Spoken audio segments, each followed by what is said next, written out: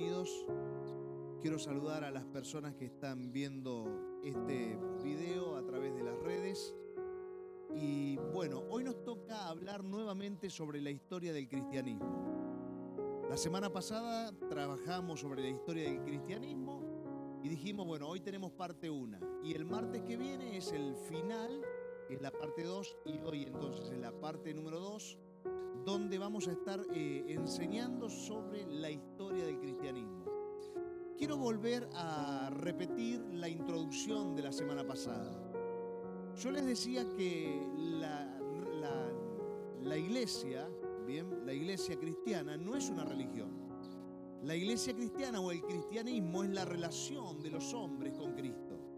Entonces, cuando hablamos del cristianismo, no estamos hablando de una religión, porque existen aproximadamente 4020 religiones en el planeta Tierra, así que no estamos hablando de una religión, estamos hablando de una relación del ser humano con Dios.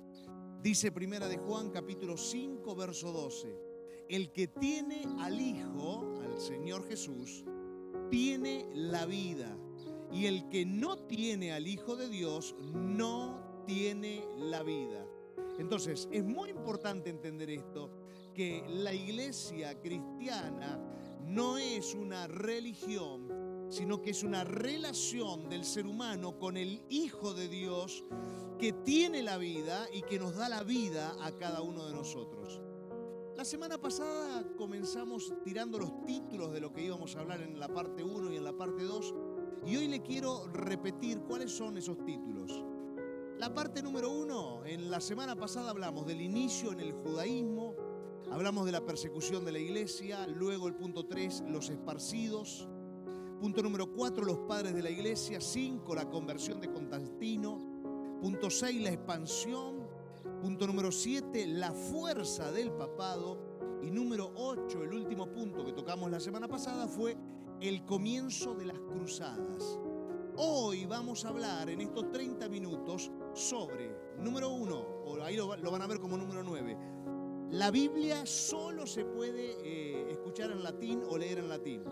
10, movimientos protestantes. 11, herejías católicas. 12, levantamiento de grandes hombres de Dios. 13, persecución en Europa. 14, las verdades fundamentales del cristianismo. Y número 15, vamos a estar hablando de la apostasía evangélica. La apostasía evangélica. Bien, primer punto de este día. La Biblia solo en latín. En el año 590 fue Gregorio, ¿sí? El Papa Gregorio, que cuando asumió en el Vaticano cerró la Biblia. Año 590 después de Cristo. La Biblia se cierra. La Iglesia Católica restringió la Biblia a la lengua vernácula, se llama. ¿Qué significa? La lengua española, francesa, inglesa, los alemanes. Nadie podía leer la Biblia, solo la Biblia se podía leer a partir del año 590 en latín. Se cerró la Biblia para que ya nadie más la pueda leer. ¿Y qué fue lo que provocó eso? En realidad ellos tenían miedo de que haya interpretaciones erróneas y que empiecen a nacer herejías. Por eso dijeron, no la pueden leer más en otros idiomas y el único idioma en que pueden leerla es en latín. El tema es que lamentablemente los clérigos y los teólogos capacitados eran los únicos que podían leer. Ni siquiera la podían leer los miembros de la Iglesia Católica. Nadie podía leer la Biblia porque se había restringido tremendamente. Entonces, ellos quisieron luchar contra las herejías, pero ¿saben qué? A partir de ese momento comenzaron las herejías en la iglesia. La iglesia comenzó a tener cantidades de herejías a partir de ese momento que se cerró la Biblia y que no se permitió volver a leer la Biblia en otro idioma que no sea el latín, pero aparte la podían leer solo los clérigos o los obispos. Algo tremendo. Bien, vamos a otro punto. El movimiento protestante en el siglo XVI. Miren esto. Viene el recorrido de la iglesia cristiana y yo ahora me paro sobre el siglo XVI, el año 1500 al 1600. Y empieza a haber un movimiento protestante. ¿Qué es un movimiento protestante? Bien, personas que pertenecían a la iglesia católica que dijeron: protesto de todas estas herejías que se están enseñando. Uno de ellos fue Martín Lutero, el más conocido. Entonces, con él y otros más, inician una protesta contra la cantidad de herejías que se estaba enseñando a la gente. Una herejía tras otra. Entonces, la Reforma Protestante, liderada por Martín Lutero y por Juan Calvino, produjo un resurgimiento ¿de qué? De que la Biblia se pueda comenzar nuevamente a leer en otros idiomas, o como se le llama en el idioma vernáculo. Los protestantes estaban luchando para que haya libre interpretación de la Biblia y para que se pueda leer en todos los idiomas. Empezó a haber una guerra dentro de la iglesia. Estos hombres que estaban protestando decían: necesitamos que la Biblia esté a disposición de todas las lenguas. Entonces, cuando sale este movimiento, sigan bien, el siglo XVI, entre el año 1500 y 1600, sale este movimiento con estos hombres a la cabeza, Martín Lutero, Calvino. Cuando aparece este movimiento, la iglesia comienza a tener algunas acciones como reacción a lo que esta gente estaba haciendo. Una de ellas es la Contrarreforma Católica del siglo XVI. En respuesta a lo que estos protestantes, Calvino, Lutero, estaban haciendo, lo que hizo la iglesia fue restringir aún más la Biblia en el idioma vernáculo, y la restringió mucho más de lo que estaba restringida hasta el siglo XV. Pero ocurrió algo, miren esto. Siglo XV, estoy hablando del siglo XV, el año 1500, pónganle 1540. Vamos hasta el año 1900, después vuelvo al año 15 de vuelta. Si quieren escuchar de antes del año 15, en un ratito vamos a estar hablando, pero también pueden estar viendo la historia del cristianismo parte 1. Vamos al año 1900, en el año 1500 aproximadamente, entre 1500 y 1600, se cierra completamente la Biblia. Vamos al 1962-1965, en el Concilio Vaticano II, ¿qué pasó? En ese concilio se determinó que la Biblia se podía comenzar a leer en todos los idiomas y que los fieles de la iglesia podían leer la Biblia y estudiar la Biblia. O sea, hasta hace aproximadamente 80 años nadie podía leer la Biblia porque estaba prohibido. No había posibilidades de que alguien pudiese leer la Biblia porque estaba prohibido por la Iglesia Católica. Entonces, ahora me voy a ir, miren esto, me fui al 1960 y 70. Estaba parado en el año 1500-1600, en el siglo XVI. Ahora me voy al año 300, me voy a ir a hablar de cuando comenzaron las herejías, allá en el año 300, ¿bien? Anda ubicándote. Te estoy paseando por algunas fechas, pero no importa. Venía el año 300 ahora. Mirá lo que pasó. En el año 306... Por eso los protestantes en el año 1500 protestaron contra todo esto. ¿Qué era todo esto? Ahí va, mirá. En el año 306 se determina o se establece el celibato sacerdotal. ¿Qué significa esto? Que tenían los sacerdotes y los obispos que tener abstinencia sexual. No podían contraer matrimonio, no podían hacerlo los sacerdotes y los obispos de la Iglesia Católica.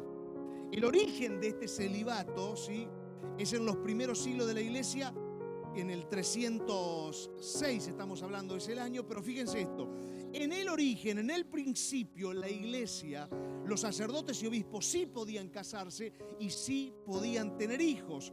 Sin embargo, acá, en el año 306, en el siglo II, algunos padres, antes de que esto se determine, como que no se podían casar, algunos padres de la iglesia, como Clemente de Roma, Ignacio de Antioquía, empezaron a decir lo siguiente. Ellos decían: es bueno que los sacerdotes y los obispos tengan castidad y tengan abstinencia sexual, pero no era algo que la Biblia exigía. Era nada más y nada menos que una recomendación de estas personas que decían: hay que lograr el celibato sacerdotal. No tienen que casarse los curas, no tienen que casarse los obispos, los diáconos no pueden casarse, tiene que haber sí o sí un celibato sacerdotal. Entonces arrancamos en el año 306 con esta primer herejía, porque no era algo que pedía el Señor, sino que era un sufrimiento que se estaban autocolocando ellos mismos por un deseo de que los hombres que estaban ministrando a Dios no se casen. Lo segundo que ocurre, me voy al año 375, mirá, año 375. El obispo dice a los santos, o dice lo siguiente, que los santos podían interceder por nosotros. ¿Quién eran los santos?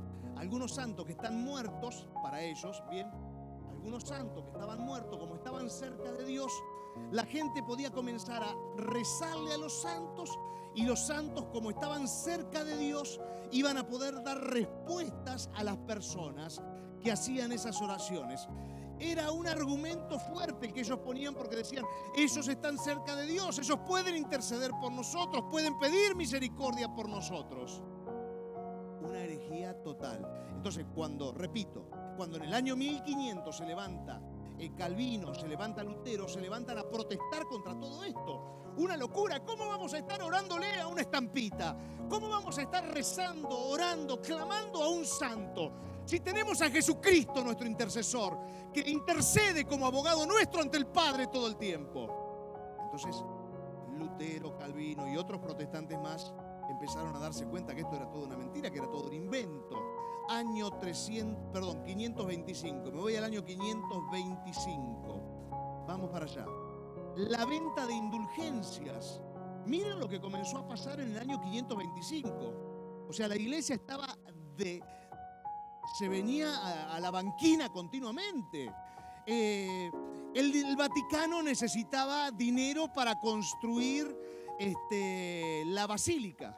Entonces, el Vaticano determinó que el que más dinero daba, mayor cantidad de indulgencias iba a tener.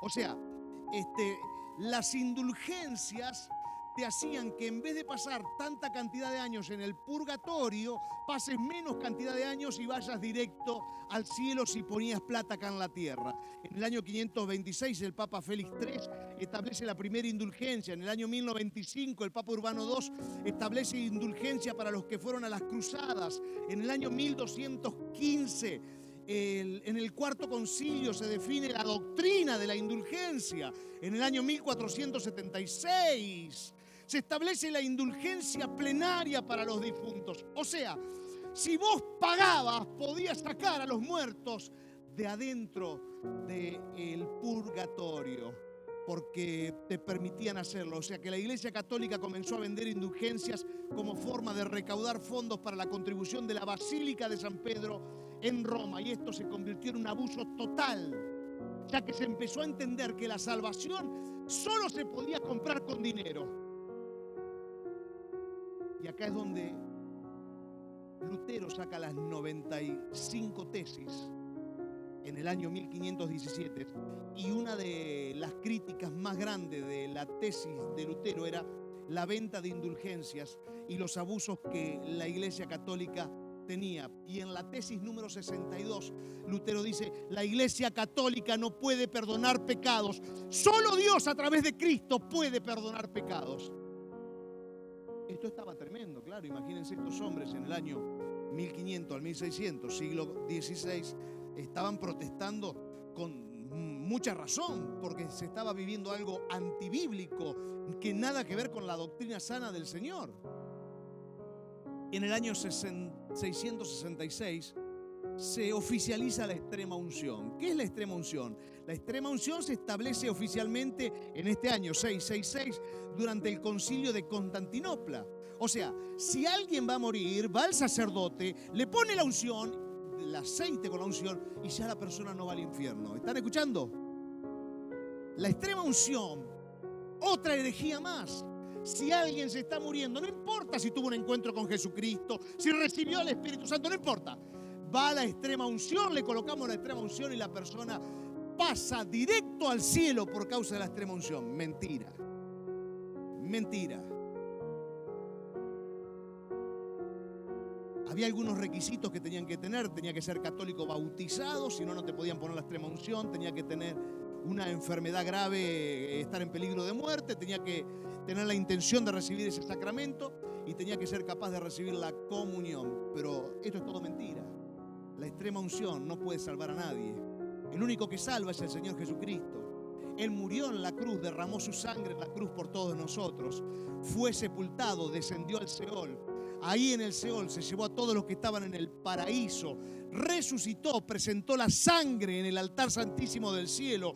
Y con esa sangre presentada en el altar santísimo del cielo, todos los que creen en Jesús como su Salvador y su Señor reciben vida eterna. No hay otra forma.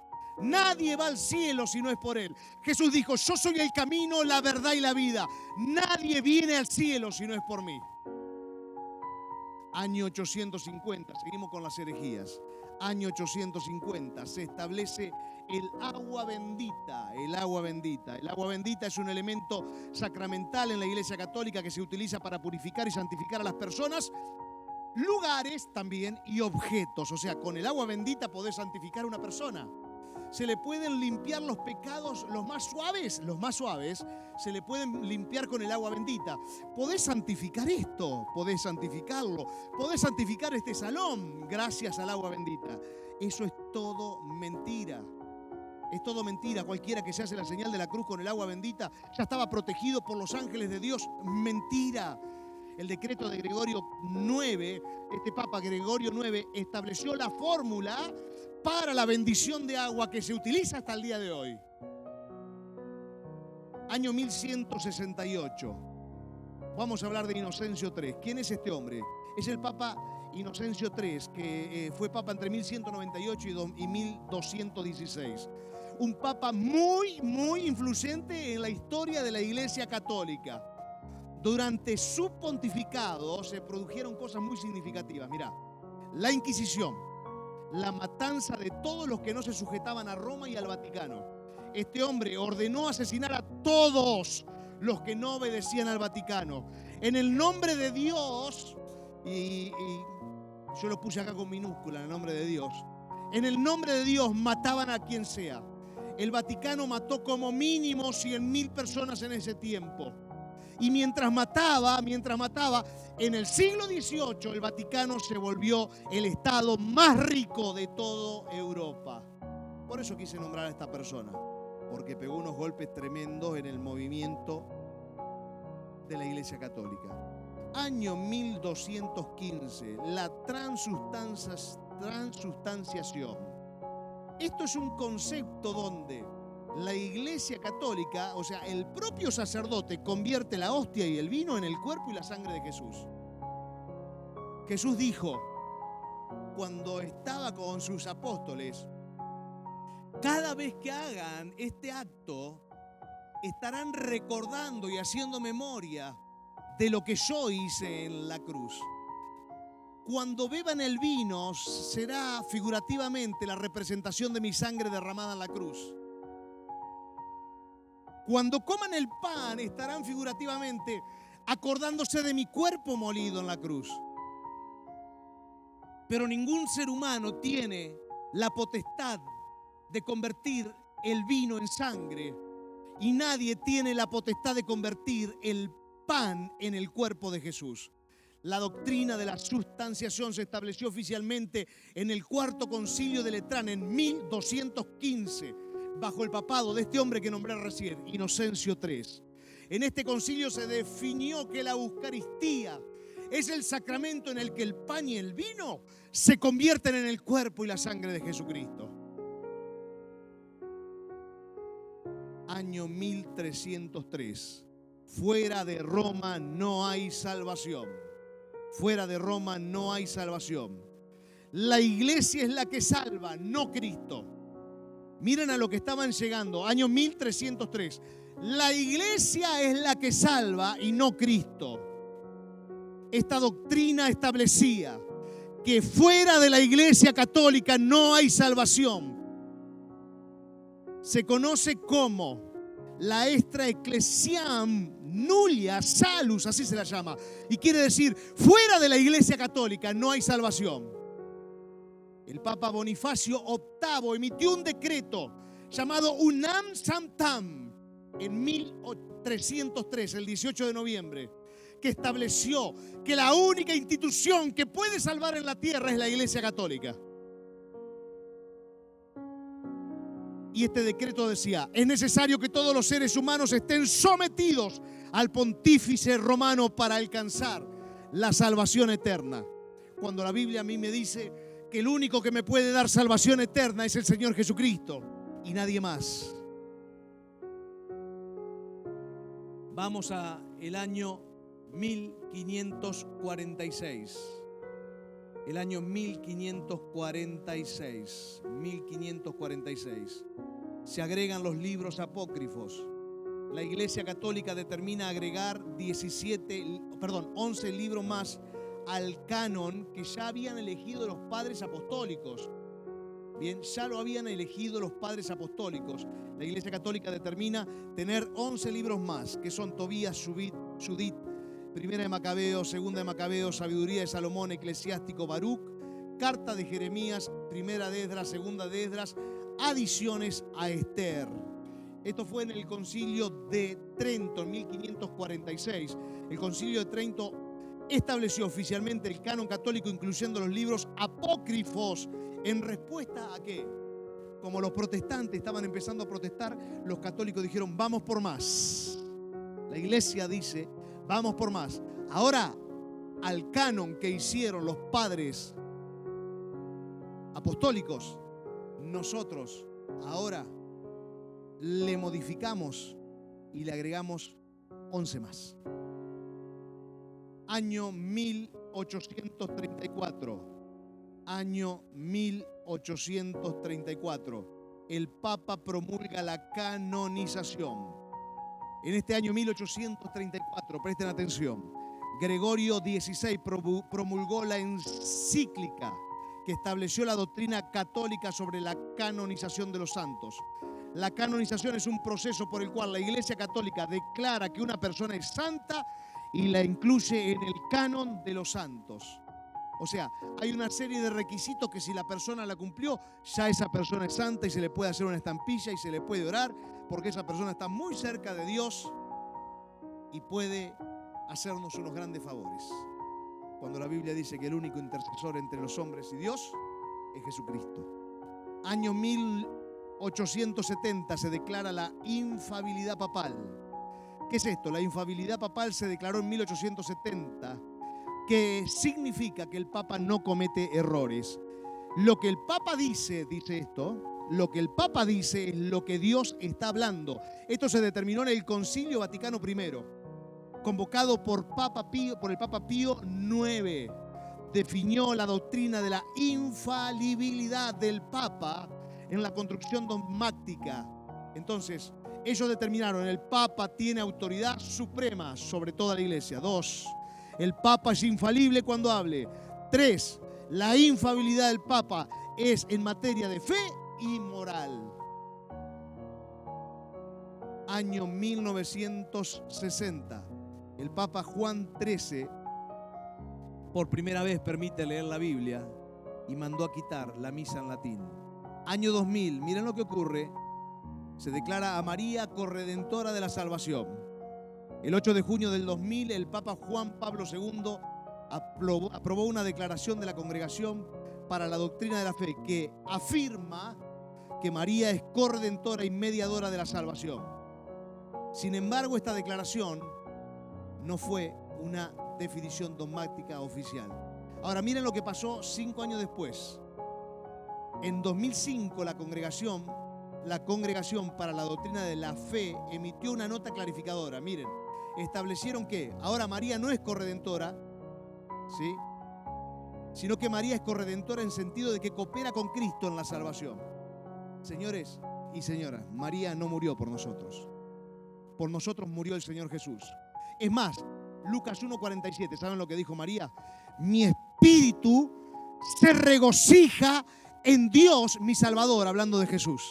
María dijo: mi espíritu se regocija en Dios, hablando de Jesucristo, su Salvador.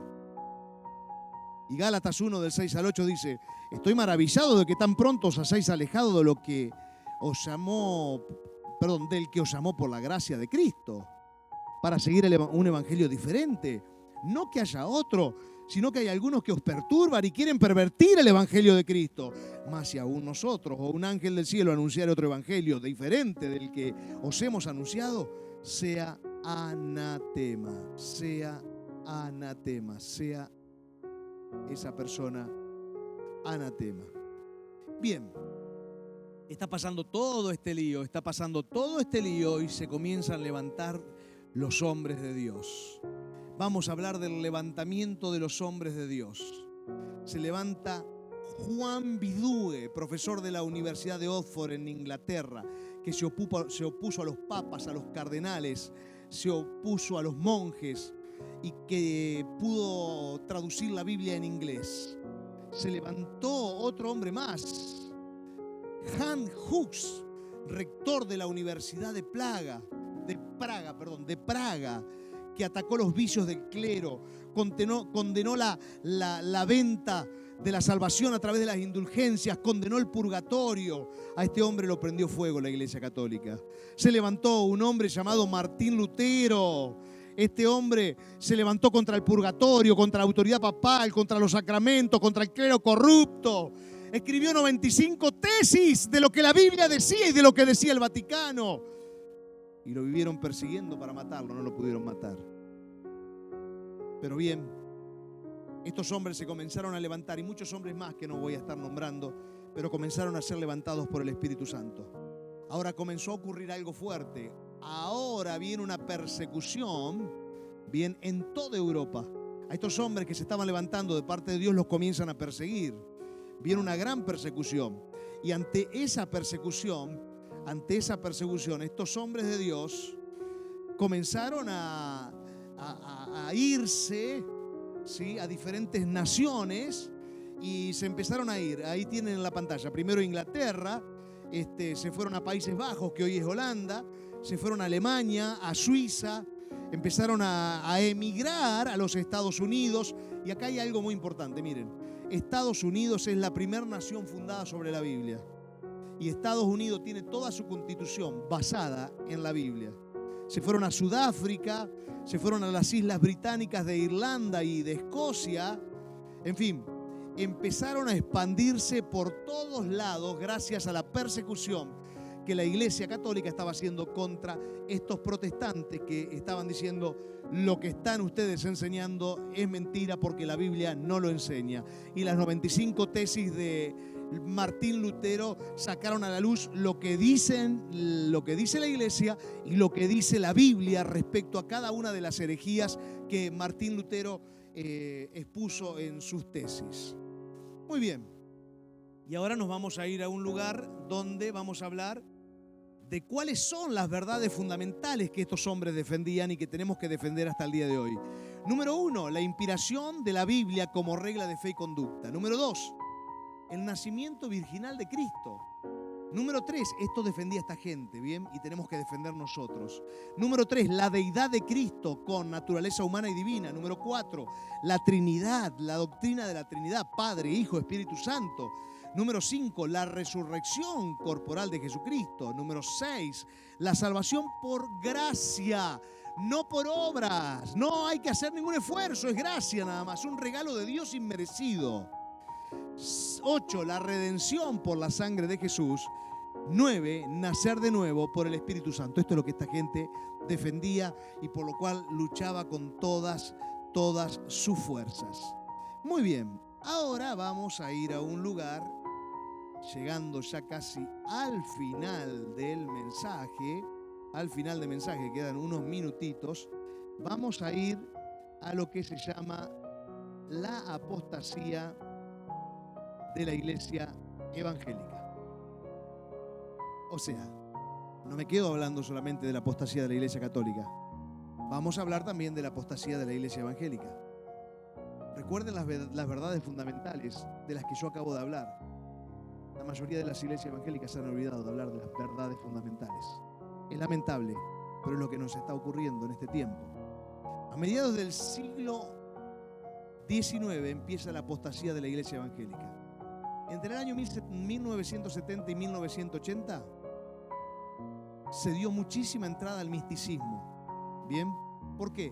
Porque las religiones hindúes, las filosofías orientales se empezaron a meter y a entremezclar entre lo que es el cristianismo.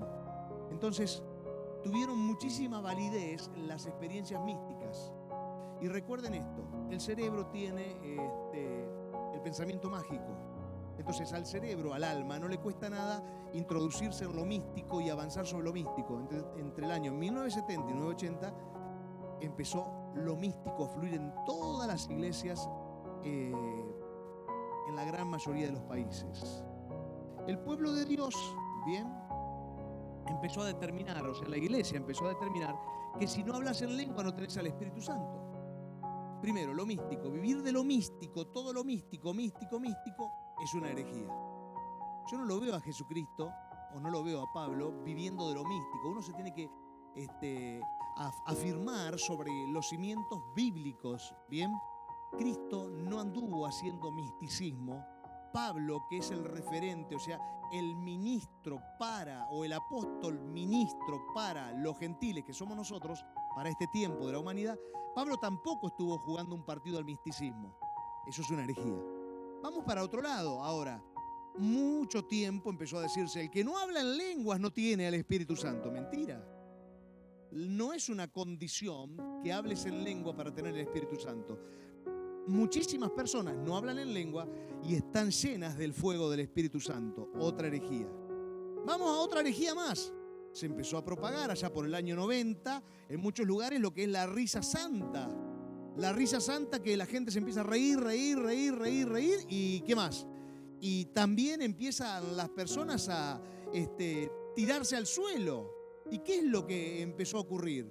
Que ya no era predicar de Jesucristo, de la salvación por medio de la gracia y no por las obras. Ya no se habló de la redención de Cristo, sino que lo que se predicaba y se esperaba era la risa santa y que haya gente tirada en el suelo. Una herejía total. Luego vino en el año también 1985, 1990, el vómito santo. ¿Qué es el vómito santo? Todos los que entraban a la iglesia estaban endemoniados. Todos los que entraban a la iglesia debían ser liberados. Entonces tenían que hacer un vómito santo. ¿Qué más? El polvo del cielo. Tenían que la iglesia, para vivir un avivamiento, tiene que caer polvo del cielo. Dice la Biblia, en los postreros tiempos se estarán escuchando doctrinas de demonios y muchos seguirán a esas doctrinas de demonios. También dice el apóstol Pablo, en los últimos tiempos van muchas personas a apostatar de la fe. Entonces, ¿qué es lo que empezó a vivir la iglesia? Mucha gente que perdía el control dentro de la iglesia, ¿sí? Estaban como zombies dentro de la iglesia, y eso son mentiras totales, porque el Espíritu Santo, miren lo que dice 1 Corintios 14:40, el Espíritu Santo nos pide que hagamos todo en la iglesia decentemente y con orden. Decentemente y con orden. Y con esto no quiero decir que no pueda haber liberación, que no pueda haber sanidad. No estoy diciendo que el Señor no pueda hacer llorar a una persona, reír a otra persona. Pero una cosa es cuando sanamente el Espíritu y en forma decente y en orden está haciendo eso. Y otra cosa es cuando ya hay descontrol. ¿Qué más empezó a surgir? La teología de la prosperidad. La teología de la prosperidad es una herejía también. Porque con Dios no se hace negocios. Dios no quiere hacer negocios con nosotros. Él entregó a su Hijo en la cruz por nosotros gratuitamente. Por último, quiero leerles 1 Corintios 9:16. Pues si anuncio el Evangelio no tengo por qué gloriarme, porque me es impuesta necesidad. Y ay de mí si no anunciare el Evangelio. ¿Qué es lo que quiere el Señor? Que nosotros prediquemos el Evangelio a todas las criaturas. Que hablemos estas verdades. Por favor, ponemos en pantalla ahora estas verdades. La inspiración de la Biblia como regla de fe y conducta. 2, el nacimiento virginal de Cristo. Que hablemos de estas verdades, la deidad de Cristo con su naturaleza humana y divina. La gente tiene que saber de la Trinidad. Número 5, la resurrección corporal de Cristo. Número 6, la gracia por la que se me regala la salvación y no la ley o las obras de la ley. Número 7, la redención por la sangre de Jesucristo. Y número 8, el nacer de nuevo por medio del Espíritu Santo. Habiendo dicho esto, estoy terminando en este día la palabra que he comenzado a enseñar la semana pasada sobre la historia de la iglesia cristiana. Y hoy cierro con este punto que es el más doloroso para nosotros, la iglesia evangélica, la apostasía dentro de la iglesia evangélica. Pero espero que esta información te sirva y quiero invitar a todos los que están en las redes a que puedan compartir esta información, que la gente pueda escuchar, que pueda ver esta información, porque es la única manera en que las personas pueden salir de cualquier nebulosa espiritual y comenzar a seguir el verdadero evangelio. La doctrina sana es lo que nosotros tenemos que enseñar. Así que te pido que compartas este video y que le pidas a la persona que se lo comparta que lo mire con atención y que anote todo lo que tenga que anotar y que saque una buena enseñanza para que de esa manera pueda comenzar a transitar en la sana doctrina.